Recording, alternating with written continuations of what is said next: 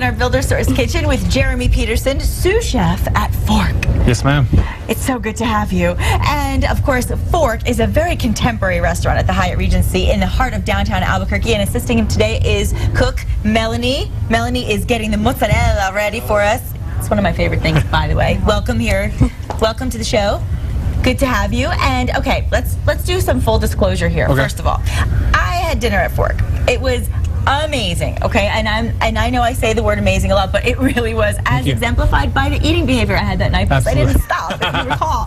We sampled flatbread, we sampled scallops, we did the flat iron steak, and we can't forget the provolone fondue. I mean, it was just one thing after the other, and nothing let me down. It was delicious. We did not walk away hungry, I promise you that. And in May, Forque was launched after McGrath's closed its doors. So let me ask you first, how is Forque different than McGrath's for those who haven't been there yet? Oh, it's completely different. We've completely invigorated the surroundings, the tables, the chairs, the lighting.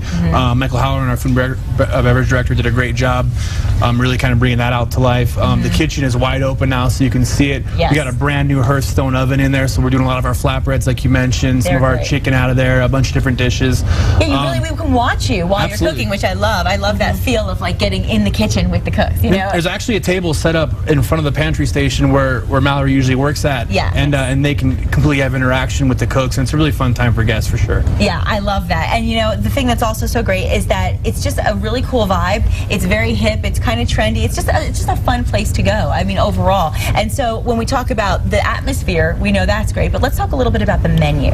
Okay. The menu is completely different than what it used to be McGrath's, really. Yeah. It was a little bit outdated in the past, and we've definitely reinvigorated that as well. I use a lot of local ingredients as much as I can possibly find. Unfortunately, the season's coming to an end, so I'm going to kind of have to look elsewhere once winter and fall begins. Okay. But I do a huge emphasis on farm to table with extremely local influence type regional ingredients. So your chilies, I use a lot of chipotle, some manchego, a lot of Spanish and Latin ingredients, you know. But I cook basically an Italian French type style. So but I infuse all those ingredients into one nice, really harmonious menu. And one of the signature dishes are the scallops. And that's what you're making for us today. Let's get into it. Yeah, y'all actually requested this dish, so I know it's more or less to feed you rather than than to show it off. Okay, fair enough. So basically, once again, I use this chorizo right here with a little bit of corn.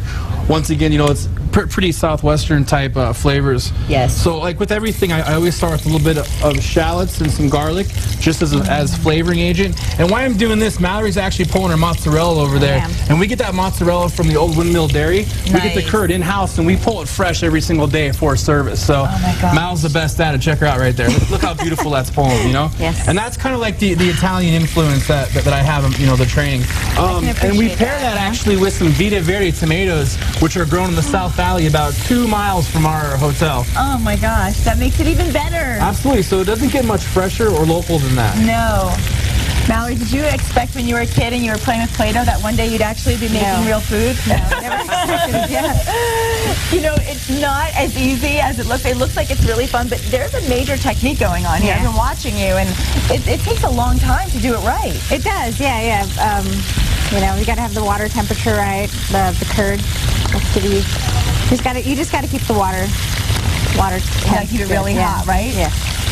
This right here is smell in this kitchen. Oh my gosh. This is the most dangerous part of making this dish right here. Okay, what is it? What is it? I was taught that I had to get into the oil and pat every single scallop down in order for it to brown right. Oh, really? A lot of people don't sear their scallops correctly. Okay. And it really loses flavor from the caramelization of the sugar when you get a perfect sear on there. Interesting.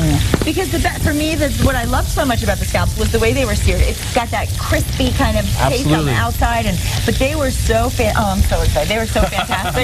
And so for those who want to try to do this at home, I mean, what would be some of your really good chef tips for the people back home trying to make something like this? Come in and get it from us. That's definitely where it's going to be done the best, you know? Yes. But honestly, like getting your pan extremely hot, which these aren't the greatest countertops for it. We can still get the process done. Right. But when if you have a nice open flame, you know, type like a grill, stove, then that's when the pan gets extremely hot, and that's when you're going to get that really great sear. I don't know if I'm going to get the great sear on this setup right here, but we're going to do our best, you know? Okay. But you'll all still get to eat it, though, so. I think we'll be just fine. Now, while you're doing that, what are you adding? What are some of the ingredients you're adding on? So, basically, it's just real simple. I cook at a minimalist type pace, and right here is just some salt and pepper, the oil, which is hot, Yes. And then right at the end, I'm going to finish a little bit with butter. Now, do you use just regular olive oil, or absolutely? Okay. Extra virgin olive oil is the best to use, but I use a blend of canola and olive oil. Nice. That looks so good. And now with the mozzarella, you like to do what? Balsamic on your tomatoes? Is that how you're doing it? Actually, we do it with a pesto. I actually get some basil also from the farm locally, and then we turn that into a pesto. And and it's kind of like I guess our version of caprese, but we take a little bit of a different spin on it. I like that. I like that. And that's something I noticed on the menu as well. A lot of the dishes that are traditional dishes you may know, you do your own little twist on everything. Absolutely. And it has a unique spin. Absolutely. I kind of look at it like, you know, I'm not trying to reinvent the wheel at all, you know, but I'm going to take stuff that's known to be classics and favorites, yes, I'm going to put our spin on it, you know, and make it ours. And we'll definitely take ownership of it. That's what makes it special, and then that's what makes people remember and want to come back for more, like me. So now let's also remind all of our viewers, while you're continuing to cook, where they can find Forque. Okay, we're actually located by the downtown Hyatt, so 332 Harris. Okay. And we actually have a bar in there, the Forque Kitchen and Bar. The bar is awesome. You know, we run there till 1 o'clock, 2 o'clock in the morning. We serve food till about midnight. And then the restaurant itself, we're making popcorn ourselves. Oh my gosh, it's popping. It looks like the Lobos guys. We're making popcorn now ourselves over here. Well, you know what? We're going to continue to sear those scallops, continue to get all that mozzarella ready to be eaten, and when we come back, that's exactly what we're going to do. For a look at today's recipe, just log on to our website at casa.com. We'll be right back. Great in our kitchen here with Forques, Malorie, and Jeremy. And of course, Forque is the new hotspot downtown. You want to check it out. Tell us once again what we're looking at and what you've made for us today. So right here are both menu items. This is our scallop. And we'll probably only have it from there 2-3 weeks, honestly, until the season changes.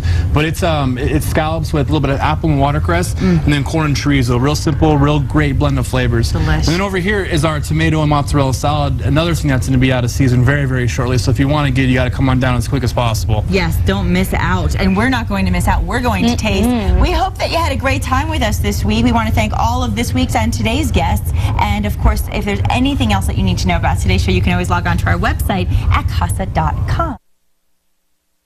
Special thank you to all of today's guests. I hope you had as good a time as we did. You know, that sound therapy is really amazing, and it was probably the calmest you have or ever will see me, and it was actually really quite amazing. So I hope you enjoyed it, and of course you can get all of the links to everything that you're seeing here on New Mexico Style by going to our website at casa.com. And tomorrow on New Mexico Style, Kristen is back to join me live, and the Liquid Muse is mixing up some low-calorie cocktails. Great way to start the new year. You can have some fun and do it while staying healthy and fit. And speaking of healthy and fit, are you exercising for two? We'll show you expectant moms some yoga moves. Sounds like fun. And a very happy birthday, New Mexico. We've got the details all about the Centennial Ball. Big celebration across the state. Don't go anywhere. Continue to watch Casa Fox, and we'll see you first thing tomorrow morning at 8 a.m. Hope you're already enjoying this very happy new year. Don't forget, 2012. 2012, write it on the checks, not 2011. Have a good day.